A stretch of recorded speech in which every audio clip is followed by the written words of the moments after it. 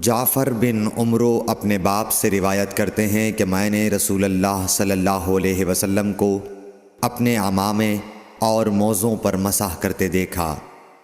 صحیح بخاری حدیث نمبر 205۔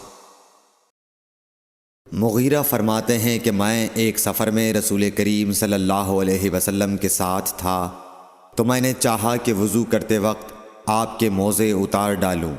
آپ نے فرمایا کہ انہیں رہنے دو، چونکہ جب میں نے انہیں پہنا تھا تو میرے پاؤں پاک تھے، یعنی میں وضو سے تھا، پس آپ نے ان پر مسح کیا۔